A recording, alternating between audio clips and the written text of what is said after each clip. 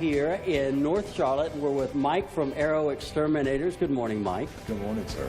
We're talking about bug season because a lot of us have been noticing a little more creepy crawly bugs outside of our houses, starting to get into mosquito season. But we're here in the kitchen because there are some things you want to look at and think about in terms of kitchen bugs. Absolutely. And the kitchen is the primary place that you would expect to find bugs. We've got moisture, we've got food, we've got all those things. So obviously that's where you want to start to keep an eye on and do the little things, keeping things cleaned up.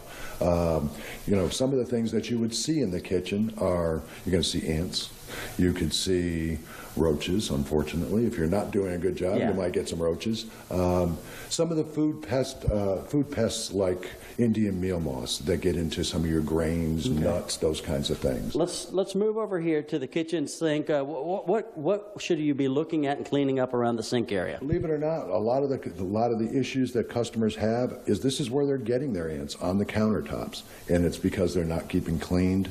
There's still moisture on them, they're still wet. So keeping them dried off, keeping them cleaned is a huge thing to help you keep the ants. Okay, then working our way around the kitchen, a lot of folks have mixers and their toasters and their cooking appliances up. Heat.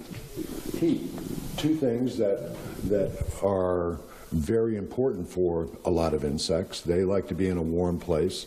Also, it's another place where you could possibly get rodents underneath cabinets. They can get in there. Find those little holes to come through. Find those little holes, and keep things clean. And I'm going to get you to step around here, and we're going to walk over to the pantry because that's another place that folks store a lot of food and a lot of boxes and a lot of cardboard. Yep. Be careful in here, right? Yes, and here, one of the biggest things I'd obviously recommend is putting your stuff in plastic bags. You know, your cereals, your corn muffin mix, which is a big one, and be looking for, if you're starting to see little moths, that's an Indian meal moth. They can do damage to your food.